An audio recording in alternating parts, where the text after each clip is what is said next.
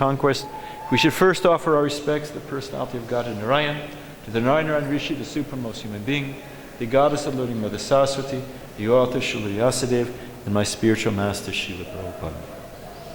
Om Namo Bhagavate Vasudevaya.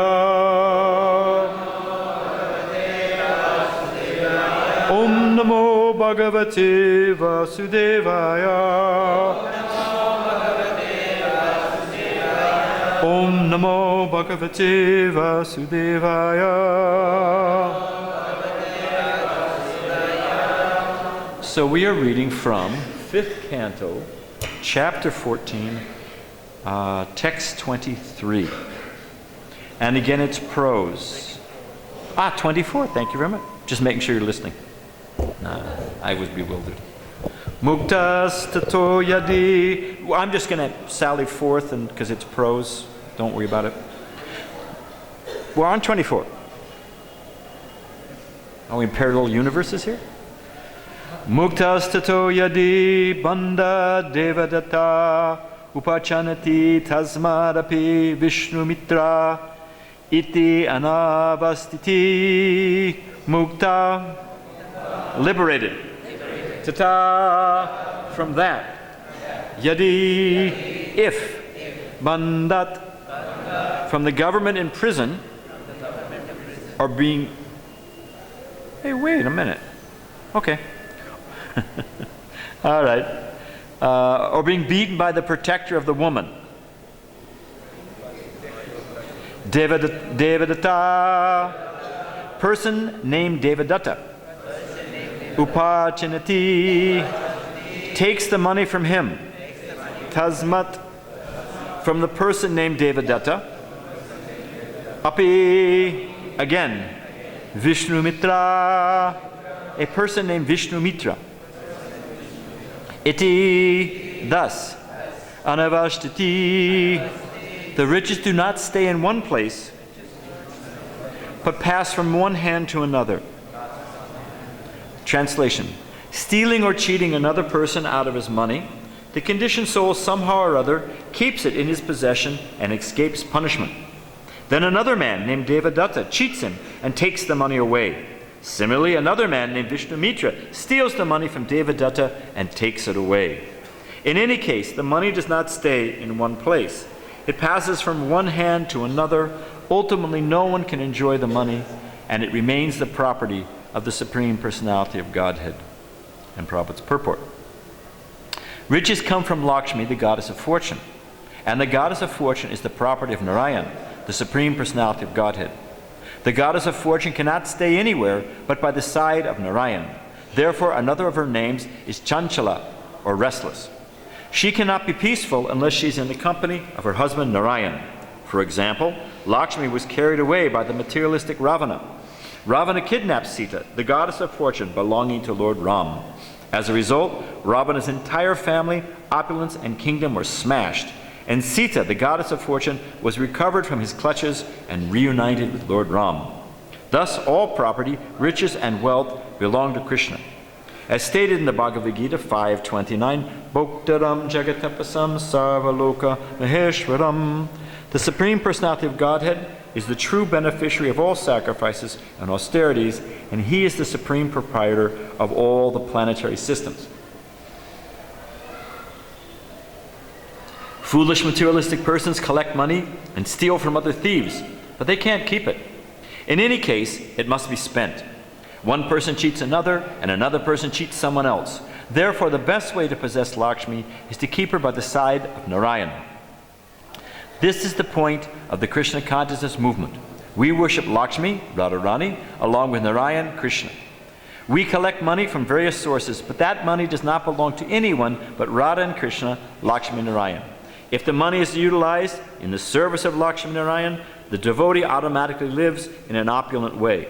However, if he wants to enjoy Lakshmi the way Ravana did, he will be vanquished by the laws of nature, and whatever few possessions he has will be taken away. Finally, death will take away everything, and death is the representative of Krishna. Om Gana Timarandasya Gyana Gana Salakaya Jakshu Shunmilitan Gena Tazare Shri Gurave Namaha.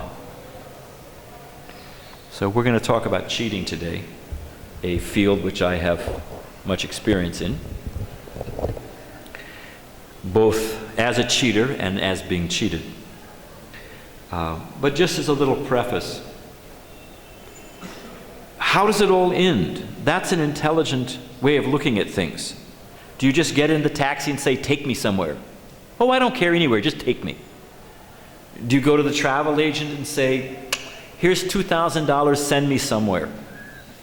You may be vacationing in downtown Detroit, a place I don't recommend.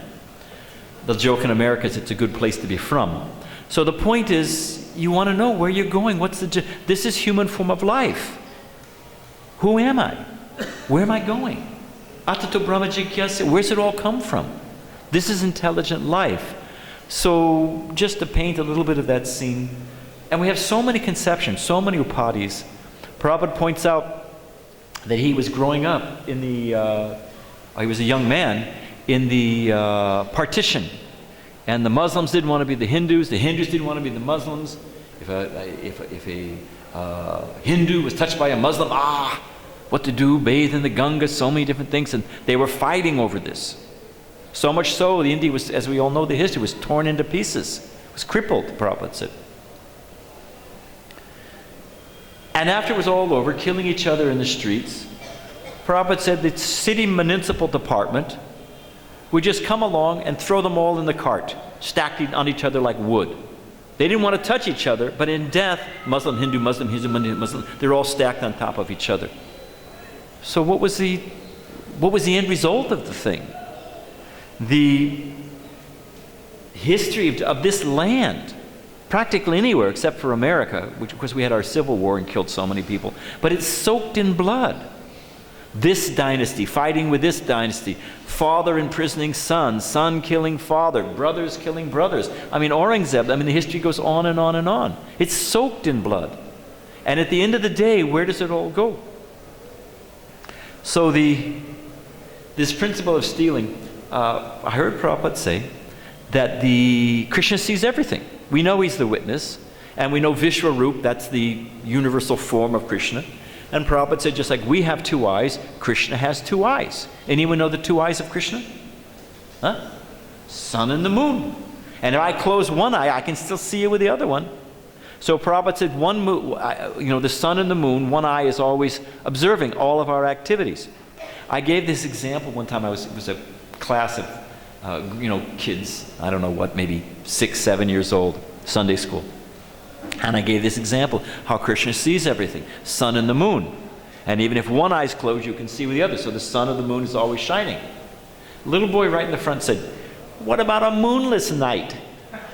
I told the mother, I said, you make this kid a lawyer. He's immediately found the loophole. It's a mundane example, so there's some imperfection. But the living entity is always looking for some way around the corner.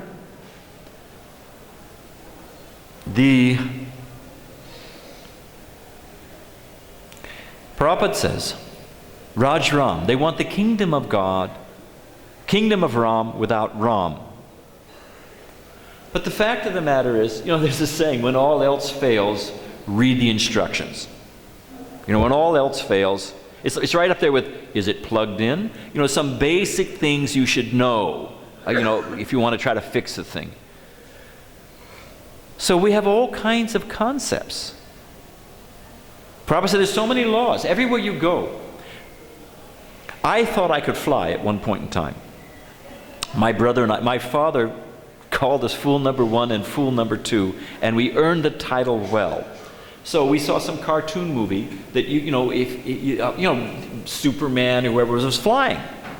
So my brother, he was my older brother, so I was always the test pilot.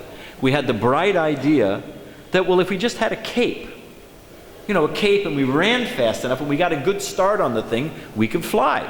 Hey, I was 5 years old, made sense to me.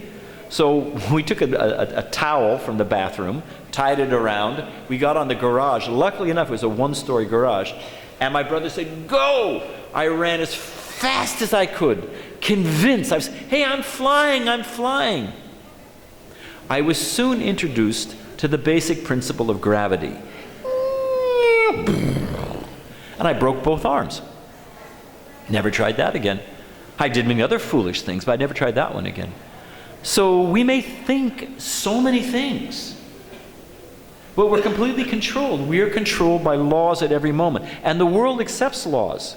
Why do they all go to college? Laws of physics, laws of mathematics, laws of, so many different... It's all based on laws. But they don't step back for 1 second and say, who's the lawmaker? Who's sustaining these laws? Who designed these laws?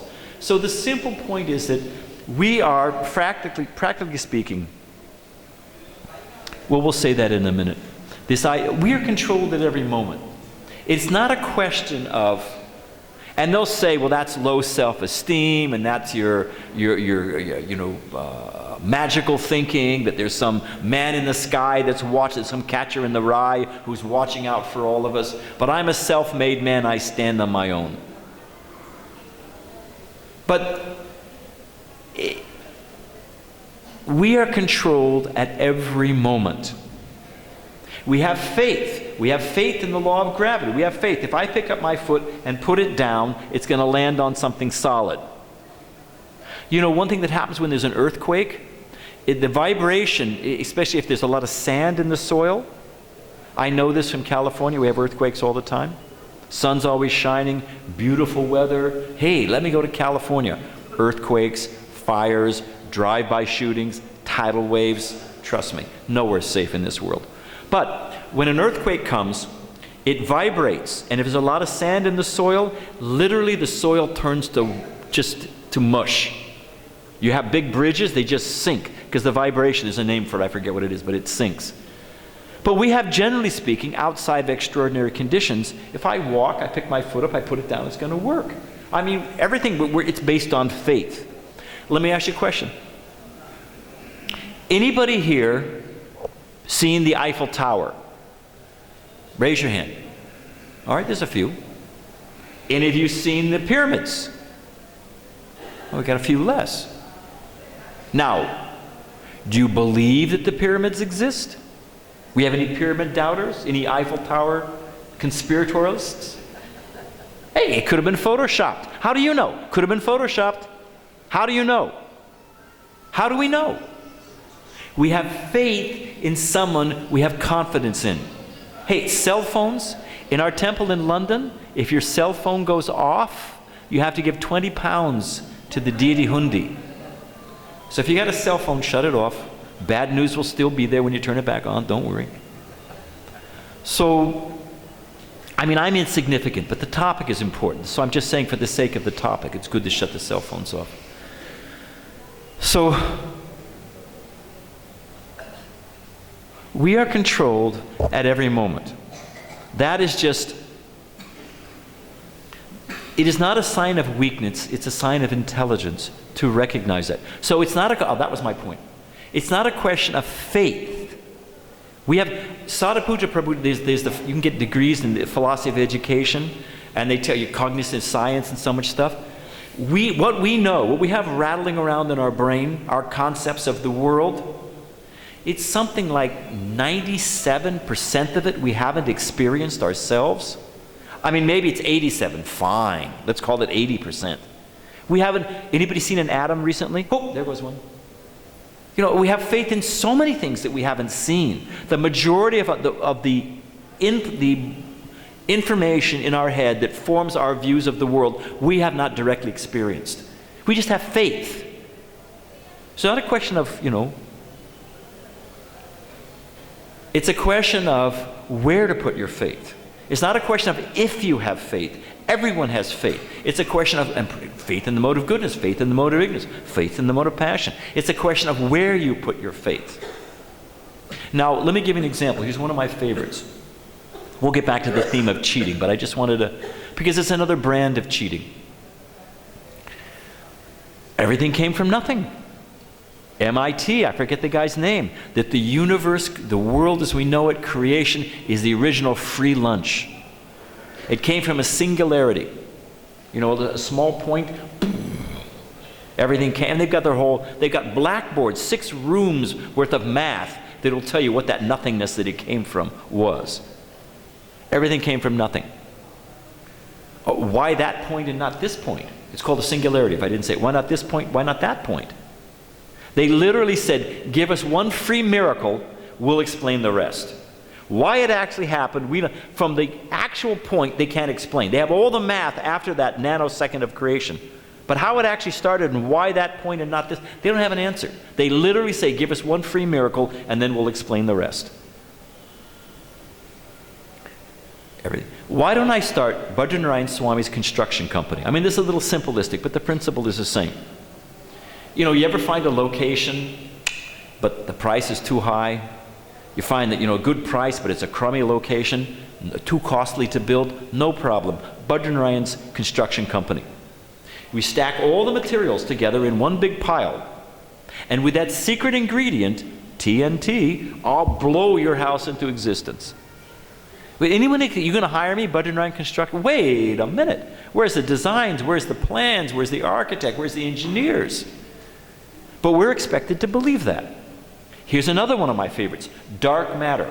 I'm not making it up. I could not make it up if I wanted to. Go home, Google it, dark matter. Anyone know what dark matter is? In order to keep the universe, how come it doesn't just spin out of control or implode on itself? There's gravitational pushes and pulls that holds the thing together. Okay, gravity is created by mass. So to create the pushes and pulls that hold the existence together, there has to be a certain amount of mass to create the gravity. It's simple, right? There's a problem. They can't find the mass. It's not there. This one, I'll be conservative, but it's like 85%. It might even be 95%. Look it up, go home. Of the mass that's supposed to hold the universe, on which all their theories of existence rest, they can't find it. That's why it's called dark matter. It must be out there. It's a giant fudge factor. You know, to make the thing add, it's like your checkbook, you just toss in a fudge factor. Suppose I'm shopping, I purchase something, 10 rupees, I give the man a 100 rupee note. He says, Jai, thank you. Hey, wait, where's my change? No, it's there. They're just dark dollars. They're dark rupees. Would anyone in this room accept that? And yet we're expected to accept that 90% of the matter that makes up this universe, that holds the whole thing together, whoops, we don't know where it is. Evolution. I mean, we could spend hours on this. I'm going to move on. But I heard Prabhupada say, evolution. He said, the missing link is my foot in your face. Prabhupada then told the man, Prabhupada said, what evolution? He said, you say you came from monkeys, but you're still acting like monkeys. And the man was really shocked. And then just one last punch. Prabhupada said, your ancestors may be monkeys. He said, my ancestors are the great Vedic sages. At which point the man that was it. He was out of the game. Next, you know. But the point I'm trying to make is that I want to talk about different types of cheaters. But here's a nice example. True story. Printed in that great Purana of Truth, The Times of India. Many years ago, before they had closed-circuit cameras in the counting room of the Balaji temple, Srinivas Govinda, you know, in Tirupati. And, you know, people donate so many things. They put, you know, so many things. One man donated a diamond, beautiful diamond. Now, in the counting room was a priest. The priest had 4 daughters. I'm not rationalizing, I'm just giving the background. So to get one married daughters is expensive. Kanyadan, it takes money. It's a pious act. So to come up with money for 1, okay. 2, it was close. 3rd, he had to sell his gold fillings. 4th daughter, no money. Somehow or other, he stole that diamond. He waited 6 months. He went to a distant city from Tirupati all the way to Mumbai. Now in Mumbai, there's so many jeweler shops. Anyone knows, so many. It's one of the diamond capitals of the world. So he walked into a random diamond shop, showed him the jewel. The man looked at it, said, okay, fine. They agreed on a price. Come back this afternoon, we'll have the money. So the priest went off, you know, had a mango lassi, dreaming of what they were going to serve at the wedding feast. Came back to the shop. Police were there. They arrested him. Turns out it was the same jeweler who had gone all the way to Tirupati and donated the diamond. And he recognized it. Now, so many cities, so many jeweler shops, he walked into that shop. So you can't cheat Krishna. It's not possible. It doesn't work. So we had a guy, because Prabhupada talks about anyway, you'll understand, I hope. We were remodeling, we had a small preaching center in Ann Arbor, Michigan. And, typical devotee, we picked the cheapest guy we could to get the job done. And he was just laughing at us. He was thinking, he said it, at least he was honest. He was there for about 2 weeks, and he was saying, I can't understand what you people are doing.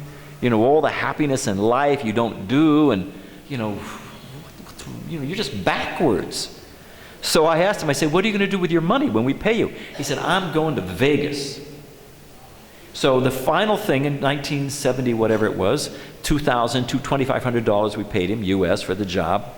He was so happy, laughing, you fools are staying here. He was so passionate to get to the airport. He's going right to the airport. He pulled his car out and smashed into a brand new Cadillac. The cost of the repair for the Cadillac, we paid him $2,500. The cost was $3,000.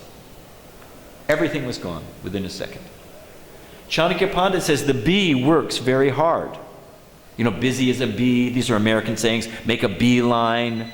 Busy, bzz, bzz, bzz, working. But the worker bee, never even tastes the honey. The hive keeper comes, smokes him out, and takes all the honey. So Prabhupada said time is like that. We all work hard, you save money, you do this, so many big dreams, and timing takes everything away. So we're being cheated. We are being cheated at every step. I was thinking, just the trajectory of life. First off, we're cheated by the mother or the father. If we're lucky we're not aborted in the womb. So if you make it out of the womb, that's one cheating you dodged. But then there's Hare Krishna. I remember I was a young kid. I was young at one time. Jai Gaurnitai Krishna Balaram Radha Sundar. How are we trained up? Pavlov's dogs, it's conditioning. You go through the same experience enough times, and even after some time, without the stimulation, you get the same response. I was a young kid. I went to the doctor. I had to get a big shot. I remember he told me, he said, your mother's leaving, because I didn't want to get the shot. I said, what? I looked out the window. Wham! He got me when I wasn't looking. Whoa! But this kid, hey, sit. With us or not? Thank you. And what happened? I got the pain. What does I don't know what they do in India, but I know what they used to do in America. You get the painful shot, then what do? The doctor pulls open a drawer, and he gives you a nice lollipop sugar sucker. And you, not so bad. Pain, some negative, and then a stimulus response, pain, and then relief, pain and relief. That's all it is. We're being cheated. At the end of the day, it's like a number line. A number line? All we're doing is coming to zero, from negative to zero, negative to zero. We're not really going into the positive realm. That's spiritual life. So, next thing. So first you're lucky to make it out of the womb. The doctor whacks you, trains you that you're this body, and relief of pain is the real goal of life. That's what happiness is. Romeo and Juliet. I think they were 14 years old. Anyone know? They were very young. How did that one end? They both committed suicide, isn't it? Romeo and Juliet? And they were only 14. Because, you only give your heart once. After like that, you have to get kicked in the teeth a few times. Wait a minute.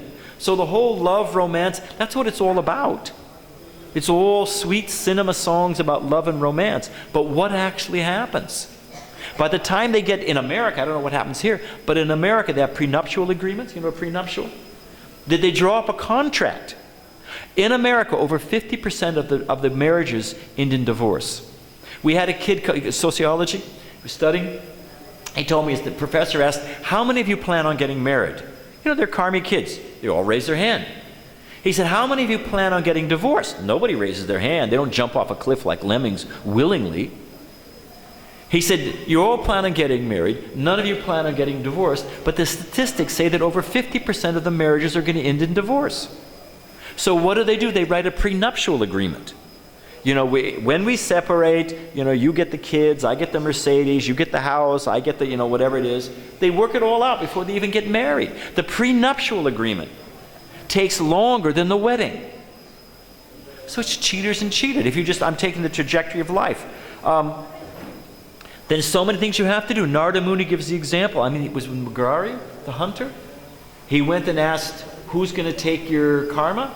Anyway, there's another example like that. He asks, the man's living by hunter, why are you hunting? It's very sinful. Narada says to him, he says, no, but I have to do it to maintain my family. So he said, they're enjoying the fruits. Ask if they'll take the karma that you're going to get too. So the hunter goes back, Hare Krishna. He asks his wife and children, okay, I'm doing all this for you. I'm getting all this karma on my head. Are you going to take some of it? Oh, no. They were not going to take any of it at all. So again, we're being cheated in so many ways. Here's one of my favorites. Because the body is promising happiness. You can do it yourself. It's a field study. Go home, test it. This young boy right here. Yes, you with a red sweater. Yeah, you can't get out of it. I'm going to guess your age. Wait, don't tell me. I think, it's a little tough in India because people look young. I think you're 17 years old. No, how old are you? 12. Now, did you notice, when I said he was older, did you notice how he perked up? How he smiled? Nah, man, I'm only 12. Now, I won't pick on anybody, but picture someone, and there's a few in the audience, including me. I'll pick someone who's elderly. Giriraj Maharaj said it's like a tube of toothpaste with all the paste squeezed out. You get all the prana squeezed out of you as you get older and older and older, you know. So I'll pick someone who's prana-less, older person. How old are you, sir? No, don't tell me, I'll guess. If I think he's 70, say 60. How does he respond? Oh, it's like telling somebody, oh, you must have lost weight. I mean, he becomes very happy, perks right up. I've done a study. People want to get older, till they're around 23, 24. Brakes go on. They don't want to get any older. And I've done it from the other range. They want to get younger. They get to about 30, and they don't want to get any younger than that. Which means, if someone lives 80 years, the arc of life, they're only really, and that doesn't include, bautic, adidaivic, adiatmic, all the other miseries that are compounded. Just the nature of the body. We're only really happy with it about 5-6 years. So what is it, 5 out of 80? What's 5 out of 80? 1/20th? What is it? 1/16th. Thank you. Good thing you're here. So 1/16th of our life are we actually satisfied with our condition. And that doesn't add all the other miseries that come with it. So we're being cheated. It's just false propaganda. We just have to step back and look at it. Introspective, sages, devotees are called. Let's take the mind. What the body is little league, minor league. Add the mind and the difficulties it causes. Prabhupada's story. A man goes to a wedding and he sees that they're serving green coconut kachoris. Fantastic. Evidently it's a special Bengali prep, not easy to make. So you don't see it very often. It's time consuming. So the mind says to the man, wow, green coconut kachoris, dive in. Oh, there's only one problem I forgot to mention. As with everything in this world, there's one problem. If you eat too many green coconut kachoris, you get horrible indigestion. Oh, it's like somebody stuck you in the side with a knife. So the mind says, hey, green coconut kachoris, dive in. The man eats one. The mind says, when was the last time you saw green coconut kachoris? Have another. And desirous to satisfy the mind, the bewildered and innocent, naive living entity has another. The mind says, 2, not auspicious for eating. Take 3. Immediately you have another. The mind says, as long as you've thrown caution to the wind, have another. And just to pacify the mind, the poor conditioned soul, he has another. And at the end of the day, he goes home, wedding is over, puts his head on his pillow, and he's dreaming, green coconut kachoris ki jai. But he wakes up in the middle of the night. He's got this horrible pain in his side. Why did I eat so? The mind says to him, you idiot, why did you eat so many? The very mind who to please put us in this condition is then turning around and chastising us. So we're trying to serve the body, we're trying to serve the mind, but we are simply being cheated. I was thinking of another field. How the material nature cheats us. What is it? Dharmasya hi apavargasya? That pavarga, Prabhupada gives that whole, that one's working hard, foaming at the mouth, always in anxiety. And then we don't just get old, the coup de grace, death comes. What is it? Do not go gently into that long good night, but rage, rage, rage against the dimming of the light. Prabhupada quote, he sometimes says, okay. So the dimming of the light, you don't just die. You have to go through the indignities of old age, enfeeblement. Hey! Thank you. We'll see how long it lasts. My son was very close to my father. My father's passed away. They were very close. My father was a smart guy, materially. So my son got a new cell phone number. He said, hey, Gramps, here's my number. So my father dutifully was writing it down. My son said, nah. He said, Gramps, just memorize it. My father said, oh, no. He said, at my age, anything that goes in pushes something out. He said, I'm going to write down, I'm going to memorize your phone number. I'm going to lose my social security number, my address. No way, I'm writing everything down. So we don't just get old. We don't just die. There's the embarrassments of the enfeeblement of old age. So the material nature cheats us in so many ways. Prabhupada says it's like an animal sees a mirage and runs out after it. Runs out after it into the desert and dies. That is our actual condition. I was talking about being controlled. It's one of the first steps of self-realization. Wait a minute. The four Kumaras say to Prithu Maharaj, in spite of a good boat, in spite of an expert captain and a strong boat, sometimes the boat sinks. What was the Titanic? Was he unsinkable? The material nature was more than ready to accept the challenge and sank it on its maiden voyage. Didn't have enough lifeboats because they thought, well, that's never going to sink. So, good boat, expert captain, sometimes the boat sinks. Good doctor, minor disease. We had a Bengali gentleman, nice guy. He went in for, tonsillectomy or whatever it is? It's an outpatient thing. He went in for, it was supposed to be 3 hours. His wife went shopping at the mall, came back to pick him up. The surgeon had made a mistake, nicked a key artery, and the guy bled to death and died on the table. Wife thought they were going to go to a movie afterwards, and the guy's dead as a doornail. So minor thing, expert physician, and the patient dies. I can give you one of the admirals sailing with, this is my duty, people expect stories, so here comes one. One of the admirals with Trafalgar, the Spanish Armada, the whole thing, Nelson and all that, survived the whole battle, was transferred to 3 different ships. The ships were sunk out from under him, survived the whole thing. As an old man, retired, stumbling home drunk from the pub, passed out, fell in a puddle of water, just enough to cover his mouth and nose, and drowned. How's that for indignity? You can sail the ocean blue, but you can't get across that puddle. So we're controlled at every moment. The opposites are also true. You can have we've got these people on inner tubes that sailed from Cuba all the way to America, the raft boat people. We have Polynesian islanders in a little canoe, sailed all the way from Polynesia to Peru. It's off the track, but just because people can function in this world doesn't mean they're right. They tell us we have our worldview. It's all random, combination of atoms. It's all mechanistic. And look, we've done so many things. Just because you're able to accomplish things doesn't mean you're right. Polynesian islanders sailed all the way from the South Pacific all the way to Peru and back. No navigational tools but the stars. In tiny little boats, intoxicated on coconut wine. So much so they had the concept that when they row the boat, they're pulling the world past them.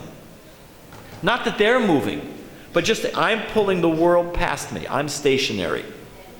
Completely befuddled misconception. Flawed in so many ways, they sailed thousands of miles and back. So just because they can build a skyscraper or whatever they think they can do, doesn't mean that they're right. People do all kinds of things under false conceptions. So anyway, no good captain, no good boat, and they can sail thousands of miles away. People are given last rites. There was a man in San Diego, one of the richest men in San Diego. Something went wrong. He went into a coma. He was supposed to die. They thought he was, brain dead. The wife began flirting with the attorney and with the doctors. She's lining up a new man. The kids, adult kids, they all want the money. They're saying, pull the plug, pull the plug. The guy could hear the whole thing. 2 weeks later, he miraculously came out of the coma, disinherited the kids, divorced the wife, married the nurse. I mean, I don't advocate that as an ending of the story. But people are saved. We are not the controller. There's unlimited good parents. The kid goes bad. Happens all the time. Steals from the parents. Murders the parents to take the money. I think Beethoven was the 13th child. 13th? In the teens, maybe 16th, I don't know. The mother would just count the number of kids, got 16 inside, locked the door. She didn't even know who they were. But he turned, materially what he gave to the world. So my point is, there's anyone who just looks at it. I'm not talking blind faith, but just looks at the thing. Wait a minute, there are other factors at play. Krishna says 5 factors of action. Ultimately the supersoul. And Prabhupada calls it the sanctioning agent. Ultimately there's Krishna. So we are controlled at every moment. And yet, I guess I'll say it this way. Even though, Prabhupada's example of the pride of the false ego. 2 men are they're on pilgrimage, they meet up, they're traveling along together. They get to the evening, they're going to cook something. They want to lower a bucket into the well, or a bucket into the river. River's important. They want to lower a bucket into the river. So they have to cut the rope. So one man says, I have a knife right here, I'll use my knife. The other man says, no, you don't want to use a knife, it'll fray the thing. I got some sharp scissors. The other man says, you don't think my knife is sharp enough? The guy says, well, idiot, everyone knows scissors work better. They get into a huge argument. One man's advocating knife, other man's arguing scissors. They're in a huge argument. Finally, the knife advocate says, if you don't agree with me and give up your scissor vadi, I'm going to drown you in the river. The man says, no, scissor. The bigger guy, knife advocate, is holding the scissors advocate under the water. The scissors advocate is drowning. And yet he puts his hand above the river and goes like this. He's still arguing for scissors. So we are so stubborn. We expect, you want to obtain, any of us, I'm including myself in this. My father asked me one time, it's not always, I have found that I often make the most advancement in spiritual life in a difficult condition. It's not always, I saw a bumper sticker, Christian bumper sticker. It said, God is good to me now. Oh, he wasn't good to you in the past? What does that mean? God is always good. But his activities we can't see. Like a grand chess master, you're sitting there playing chess. You make the first move. He already knows how the game's going to end. He's going to make this move, you're going to make that move. He's going to make this move, you're going to make... He's got the whole... He's just going to box you around and you're finished. He's 20 moves ahead of you. Krishna is he knows all things, sarvagya. He knows what's going to happen. He knows what's best for us. But we are so sometimes there's difficulties in spiritual life. If you study the Pandavas, Mahabharata, how Prabhupada said they were being hunted in the forest like animals. They were being, it's Prabhupada's exact words, they were being chased this way and that. But if you look at the thing, when they were hiding in this kingdom, they saved the king and Yudhisthira, they made an alliance with Yudhisthira. Then they chased out and they were hiding at this place. And, Arjuna saved some yogi and the yogi gave him an astra. Of course, ultimately everything depends on Krishna. But Prabhupada said they were all being prepared to be successful on the battlefield of Kurukshetra. Similarly, Krishna is moving us in our life, this way, that way, so many, all to prepare us. So, Ante Narayana Smriti, at the time of death, we were able to take shelter of Krishna. He's preparing us. And he doesn't always do it in, oh, Krishna, why don't you just do it this way? Give me $50 million and I can spread Krishna consciousness. Krishna has his own way of doing things. So, I was a difficult patch in my spiritual life. I was staying at my parents' house with my family. We had the temple we were living in sold right out from under us by the GBC. You think you've had troubles? I can tell stories. Anybody, this material world is not an easy place. So, what to do? My father, who wanted me to come back and take over his business, in a predatory spirit, like a vulture could sense weakness, he said to me, he said, you're in this spiritual movement. He said, and you're struggling. He said, why should it be so difficult? Where is your God now? Good argument. I asked him, I said, anything valuable, don't you have to pay a price? You want to become, a gold medalist Olympics? I mean, just a jump, you can get a kangaroo, you're already defeated by, in the broad jump, or, a whippet, or, a cheetah. A cheetah can go from 0 to 60 in how many seconds? So what are you? But anyway, they have their Olympics and they're running or jumping or lifting weights, And those guys work hard. I have someone I knew in my previous life who's a concert pianist. And we would all be playing, we'd be playing, baseball or whatever it was, and we would just be laughing at him because we could hear da-da-da-da-da-da-da-da, da-da-da-da-da-da-da. They're doing scales. And he was, we were out playing, and his mother had him in the house training, Now the rest of that group, they're all fools. And materially, he's a concert pianist. He's famous around the world.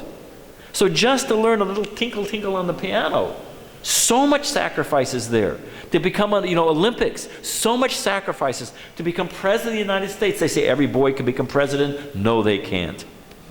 You got to lie, cheat, steal. You got to sell your soul, raise millions of dollars, kiss how many ugly babies. It is not an easy thing. Not an easy thing. So to get some insignificant, it's gone in a second. That you have to slave. Sell your soul. And to get Krishna, if you read, and I'm sure many of you have, the Brihad Bhagavatamrita, when Gopakumar, and now he's got his spiritual name, and how Krishna is saying, I've been waiting for you for such a long time, and all the pastimes, that's where we belong. That's our birthright. That's the constitutional position of the soul, not being kicked like a football in this material world. So to get that, to get the solution to all the problems of life. Prophets, Alexander the Great, when he was coming across the Hindu Kush, so the story goes, there was the Gordian knot. You know the Gordian knot? It was a huge knot. It was the ultimate Boy Scout whammy. And the challenge was, and there was a narrow pass. You couldn't get through the pass, and that local king had this knot. You couldn't get through unless you could untie the knot. Otherwise, you had to go back. And if you accepted the challenge and tried to untie the knot and failed, you were killed. And stacked next to the knot was all the skeletons of people who'd failed. I'd immediately go back. But Alexander the Great, so the story goes, anyone know what he did? Took out his sword. Whoosh, with one swoop, whole thing unraveled. No, it's untied. You didn't say the method, it's untied. So in a similar fashion, what is cutting the Gordian knot of this material world? We will never solve the problems of birth, death, disease, and old age. Tuberculosis, bubonic plague, they're coming back. They're being breeded in New York City. People are getting it, homeless. They go into the hospital, they take a couple doses, they reduce the thing, they don't stay with the meds, they go out, and it breeds again. They go back, they take the the medicine, they reduce it just enough to reduce the symptoms, they go back, and it's breeding. They are human incubators, and they're breeding strains of we have only one or two antibiotics that stand between us and black plague, and they're falling behind. That woke you up. So birth, death, disease, old age, we are not conquering any of it. So to think that we're going to get the solution to all of these things. Prabhupada says Krishna's the only one who won't cheat us. I became a devotee, trying to become a devotee. My parents, by Krishna's grace, I had very good parents. They invested a lot in me. And what did they get for it? I remember my father saying, you just start to pay off, college, and you're going to finally, I can say, that's my boy. You're just starting to pay off, and you join this Hare Krishna movement. He said, you sure turned into a stinker. What was the use of the whole thing? You make Krishna your son, he'll never grow old. You make Krishna your master, Prabhupada says, he'll never send you away. You make Krishna your lover, he will never leave you. Krishna Prabhupada saw, what is it?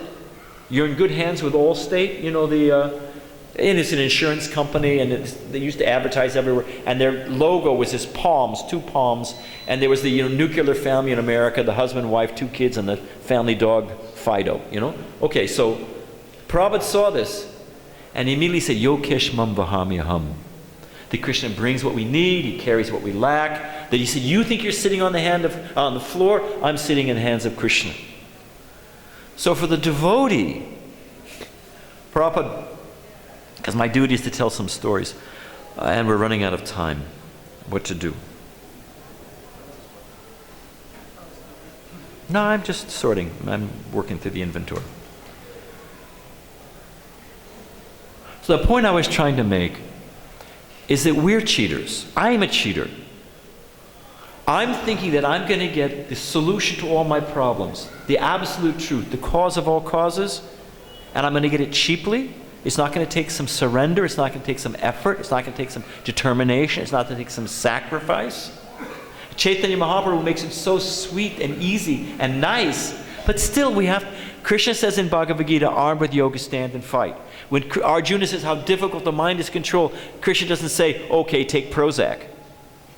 He says, armed with yoga, stand and fight. Determination, constant practice. He doesn't let Arjuna off the hook. So we have to think, this life is very short. I'm telling you, the older you get, the faster time goes. That's a fact. Maybe it's, you've lived longer, so each moment has less of I don't know what it is. But the older you get, faster time goes. My son said to my father, I don't know where the last year went. My father said, last year? He said, I lost a decade. I don't know. I was 70, now I'm 80. I don't know what happened. The older you get, the faster it goes.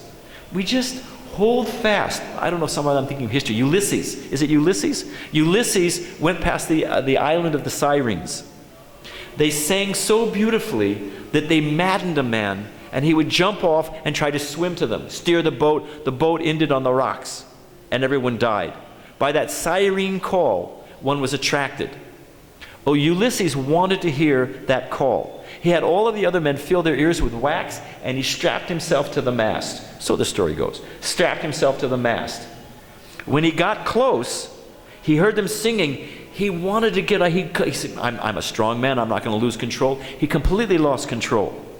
He was cursing the sailors, cut me free. If you don't, I'm going to kill you all.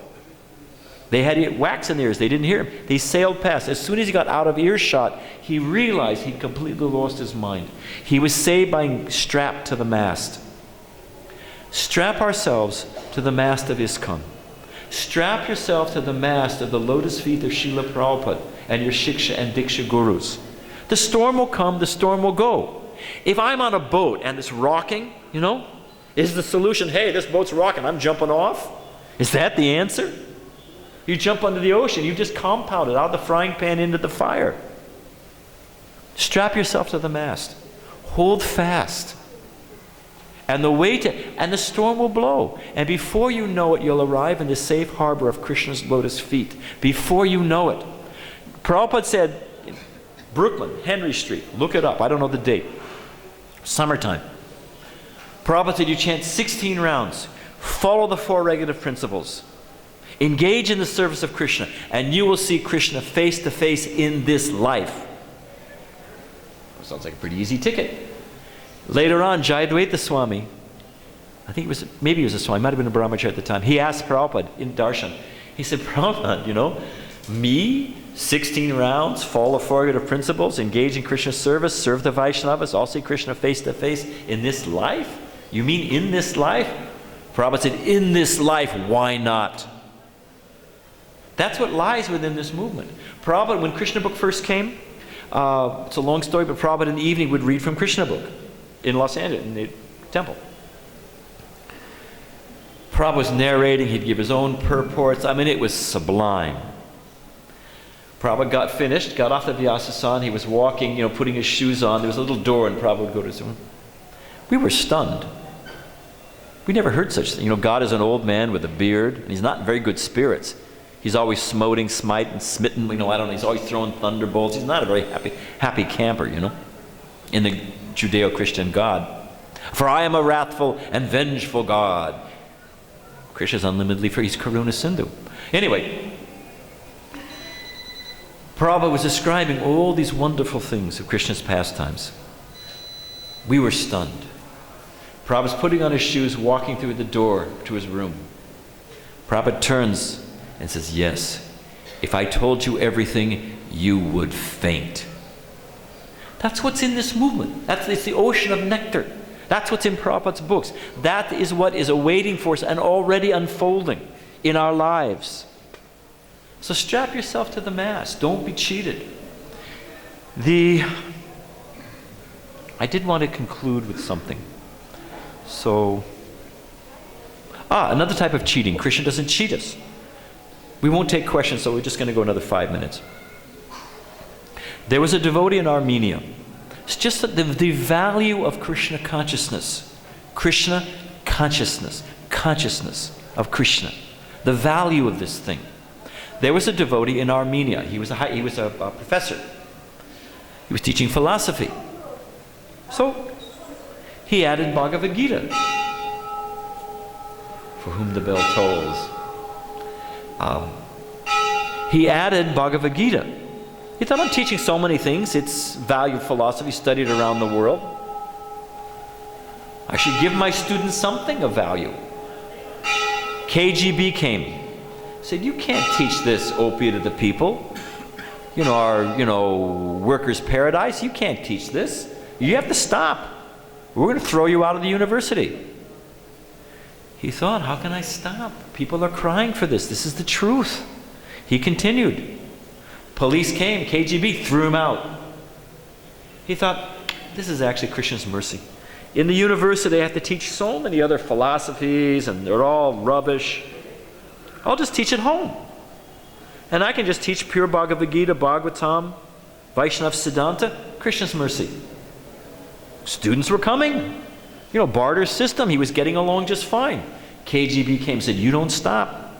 We're throwing you in jail. He said, how can I stop? People are crying for this. It's the truth. Didn't stop. KGB came, threw him in jail. He thought, actually, this is Krishna's mercy. He said, in the students, they're all in the apex, on the threshold of life, and they're thinking everything's great, and they're not very serious. People are suffering in jail. He said, this is actually better audience. He kept chanting, preaching. KGB said, whoa, wait a minute. You got to stop. And you don't stop, we're sending you to the gulag. We're sending you off to Siberia. Stop this nonsense. He's a devotee. How could he stop? They sent him to Siberia. He thought Krishna's mercy.